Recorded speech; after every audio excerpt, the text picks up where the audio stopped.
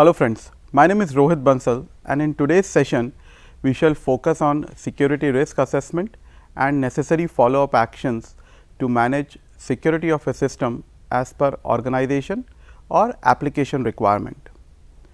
Cyber security is about securing information and communication systems from attacks, accidents and failure with the aim of protecting operations and assets of application driven by cyber physical systems. In fact, managing security of assets is a process that ensures to achieve desired level of security goals. For example, confidentiality, integrity, availability of operations that is expected from the target information and communication systems. Security in both terms physical or logical needs technology and a proper management of the technology when it is being deployed and used. This leads to a number of issues such as upgrading technology, migrating technology, replacing technology and compliance etc. For example, an enterprise puts a high-end firewall as its perimeter security. However, the security or network administrator occasionally checks the event log, never serious for upgrading the existing firewall, not interested for compliance certificate. In such scenario, the high-end firewall cannot prevent an enterprise being secured from the intruders. In fact, breaking the existing secure enterprise is quite easier than preventing it from the clever hackers. As a consequence, technology in the context of information security cannot find its promised secure path unless it is properly maintained and managed as per the application requirement. One can visualize the technology perspective on information security from the following viewpoints. View number 1, what technology fits in a given application? How does one select a perfect candidate out of several promising ones? Now, let us understand this. The various entities involved in the application such as server, client, gateway, token, user etc. Check the communication medium, public or private. Measure the value of the product. For example, is it worth protecting $1 million asset by investing $10 million for its security? Include end user security requirement. The security personnel manager must discuss with the top management for adopting a security solution. This may consider existing standards, specifications, open sources, compatibility, scalability and robustness. Pick a best solution out of many potential candidates for your application. Viewpoint number 2, what do I care first? Application level, network level or link level? Application and network layers often attract more attention than others, because in most of the cases user get data, link and physical layer protection by just picking up standard products from vendors, but the network and application layers have to be built as per application's requirement. Increased application level attacks are making infrastructure more vulnerable. Unwanted, unsolicited content has much higher penetration as compared to enterprise content management measure, and spam are virtually laying the enterprise under siege. Viewpoint number 3, I have picked up the technology that I was advised by my enterprise. What are the next steps?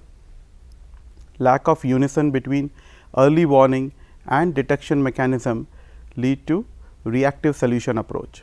The security or network administrator has to be open on his and her eyes for upgrading the used components patches, safeguarding the resources from malicious access, adopting security policy, procedure and finally, practicing it among the employees.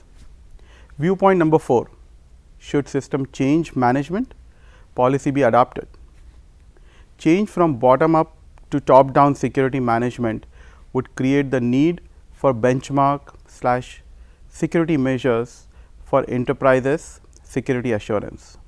As a consequence, change management is highly important. Another important factor is cost of implementing a security system versus its relevance and importance. A number of systems may not require high grade security, which is expensive. The trade off on connecting the system to the internet versus keeping it safe by not connecting has to be considered based on implementation cost and ongoing maintenance cost. Now, let us understand about risk analysis. Several types of risk analysis on data sets are used to understand the need for a particular type of security. They include the following: risk elimination. Risk elimination is a strategy in which procedures, processes and practices that introduce potential risk are completely eliminated or disallowed. Such systems include mainly military top secret systems, wherein complete physical protection, monitoring, entry exit requirement and the like are strictly followed. Risk avoidance or aversion. Risk avoidance or aversion is a strategy in which certain procedures, processes and practices that introduce potential risk are avoided at most of the times, but on occasions when needed, these risky procedures and practices are allowed. The difference between risk elimination and risk avoidance is that in the later, the potential for risk is recognized and possibly monitored or followed up also. Military installation in the field or operational businesses system in the field follow this procedure. The next one is risk mitigation or minimization.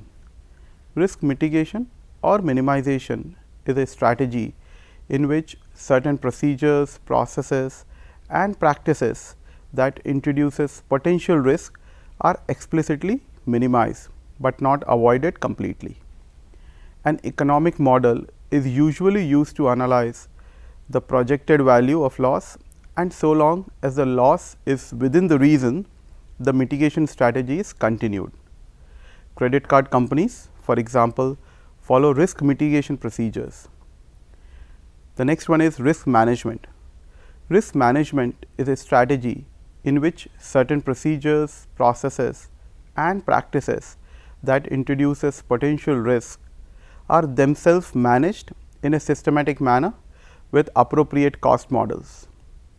Statistical models and techniques are used on historical data to validate the underpinning processes for continuing the risk management processes.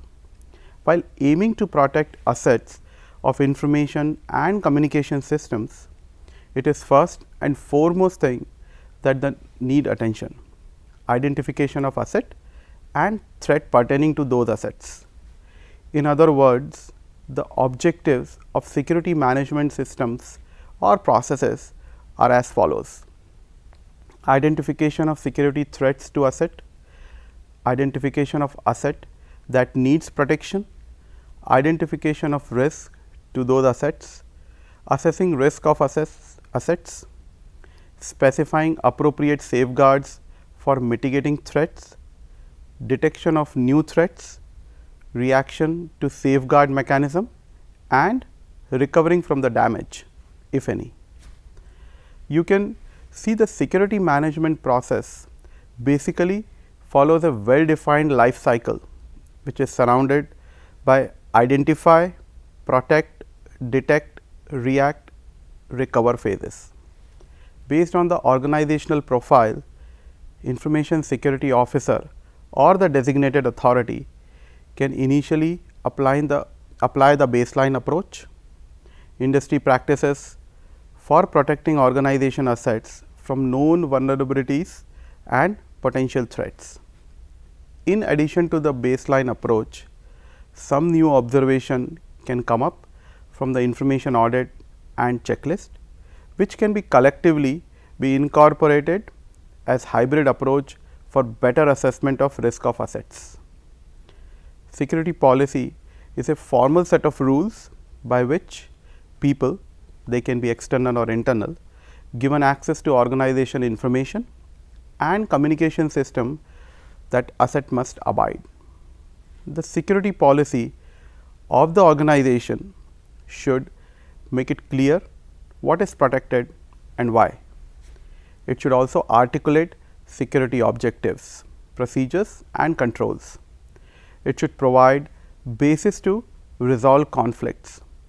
And finally, a framework information security management system is needed to prevent unethical, legal and regulatory security breaches, and to ensure independent confirmation that information security is implemented and is effective according to the defined policies, procedures and requirement of the system and organization following some standard.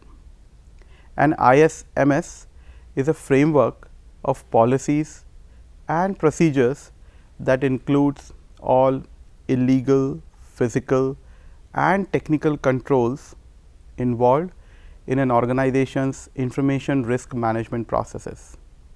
For example, ISO 27001 is a specification for information security management system, ISMS. Once target controls as per organizational security policy have been implemented, employees of the organization should be trained about the controls, checklist and follow-up actions. In addition, it is most important exercise to have regular security awareness and training programs among employees by involving external and internal security audit teams.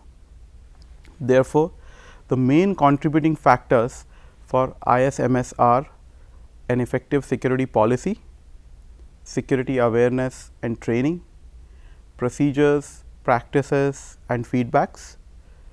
However, security policy alone cannot provide an organization's security objectives unless the defined control and checks are properly implemented, reported and documented as per the application requirement.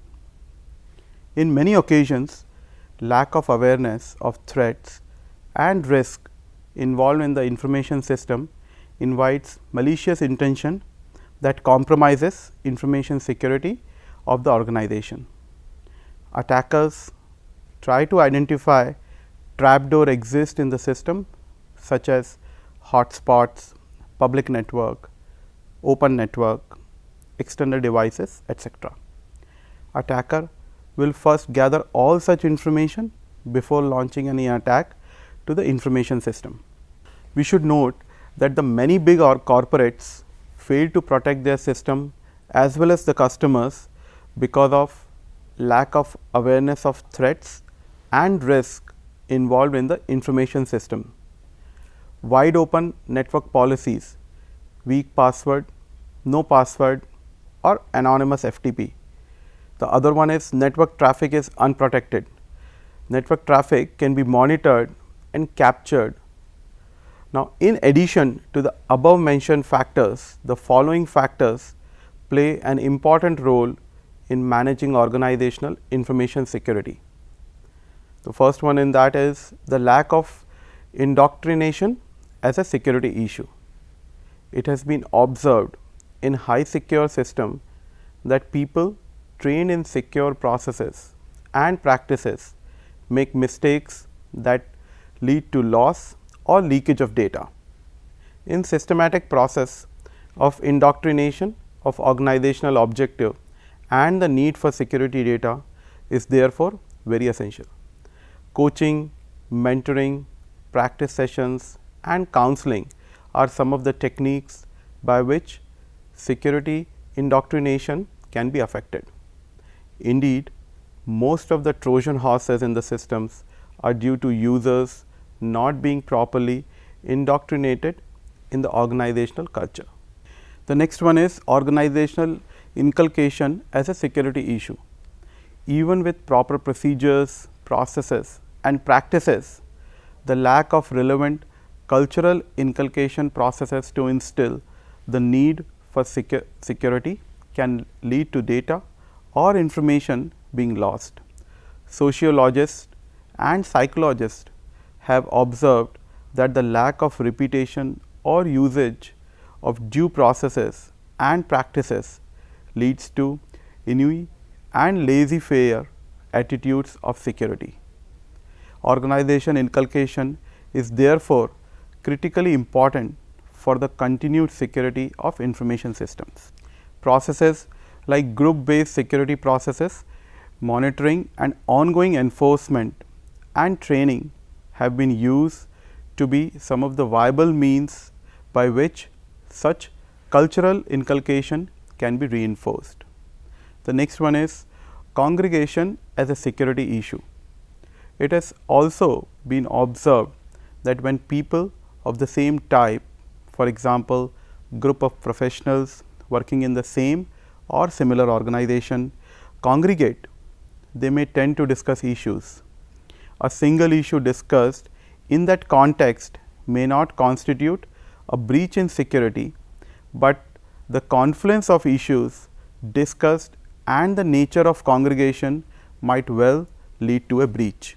Therefore, in a number of scenarios, possibility exists for a congregation of people to leak or breach security, unless they are cognizant of the issues. The next one is open processes as a security issues. Certain open processes pose security issues. For example, in a Western world, there are legal requirements for tendering, advertising, appointing and the like. Various type of profiling tools can be employed, the reverse engineering organization, their policies and procedures. Limiting such open source intelligence is difficult, mainly due to underlying governance laws, but one needs to be aware of their security implications. Now, let us take a look at NIST cybersecurity framework. The framework outlines 5 phases: identify, protect, detect, respond and recover. Identify: what asset need protection? The system in place should detect any threats or vulnerabilities as early as possible for its deployed assets. This is a crucial phase of to understand which asset need what kind of protection. For example, identification of at-risk data, it can be accounts, transaction, etc. Assess the existing threats and vulnerabilities to those assets. Understand all devices connected to the network and the network structure. Now, let us talk about protect. What safeguards are available? The system in place should be equipped with appropriate safeguard mechanism to protect their assets. Once the system deploys the safeguard in place, they are required to monitor whether the safeguard is adequate to protect the assets or it needs an alternate mechanism. Limit access to authorized users and devices. Educate all users on cybersecurity awareness and risk management. Now, let us talk about detect. What techniques can be identify incidents? The protect and detect phases are complementary to each other. If a system deploys a safeguard in place and does not monitor its performance thereafter, then it is likely that the system can face new threats which could disturb the target objective of the system. Therefore, the risk management strategy should put more efforts for detection mechanism to protect their assets, evaluate threat and understand potential impact and identify incidents. Now, let us talk about respond. What techniques can have impact of incidents? The system should promptly respond once something malicious is detected. Mitigate the event to prevent further damage. coordinate with stakeholders to execute a response plan and notify proper authorities. Once detected, notification to the proper authorities. Evaluate response effort to improve the response plan. Now, let us talk about recover. What technique can restore normal functionalities? It is quite reasonable that a system could face more damage than it was assumed, but the plan should be to recover as high as possible from the damage if occurred. Execute recovery system to restore system and its data. Update response plan with the lessons learned. Resume business activities and manage public relations. The useful cycle: identify, protect, detect, respond and recover is basically plan, do, check, act, which is PDCA, demeaning cycle which can make life easy and having less fear in mind. Therefore, a timely plan with defined security objectives for defending system against attacker, implementing control and processes, checking if everything works as per expectation by a formal assessment, document observation and reporting it to the top management, and taking corrective and preventive actions based on reports came from check phase. Would implicitly assess risk involved in a system and address issues that need actions from the authority. If this PDCA is managed with care by the designated personnel responsible for protecting organizational asset, then the organization can achieve its target security objectives without facing unintended incidents. It is noted that information communication security is a system level problem and can be adequately addressed if both technological and organizational values are considered simultaneously. Organizational structure is characterized in terms of networks of relations that link people, knowledge and tasks, as well as the procedures, institutional arrangements for changing the number of certain factors. For example, hiring and firing procedures, training procedures, etc. One of the major security problem in the organization today is the lack of awareness about the security, even as personnel expose their passwords or passphrases.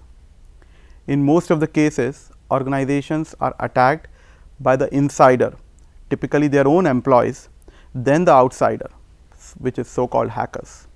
Therefore, it is very crucial for an organization to educate their own employees in the proper use of passwords and the impact of loss due to misuse. Continuous awareness about an organization's critical information is other concern that the management has to consider. Senior management should analyze the personal vulnerability in addition to having a handle on the knowledge management procedures and information warfare that is relevant to their organization. Now, let us summarize this. Security risk management is an essential task that every organization needs to perform with utmost care in order to avoid unusual or catastrophic incidents. What information security officer or designated person should do, this include the following, but it is not limited to these points, but it includes the following. The first one is analyze gaps between current state and target profile in organization. Then evaluate potential consequences from the gaps. Then determine which gaps needs attention with priority in your mind. Then identify actions to address those gaps. Perform cost benefit analysis on actions. Then prioritize actions. Then you have to implement those prioritized actions. Then collect feedback from all the stakeholders and respond those appropriately. It is prudent that making people aware about information security for protection of assets, system or organization and managing risk involved in various security measures adopted in an organization should be a routine practice in every organization. I hope you would have liked it. Thanks.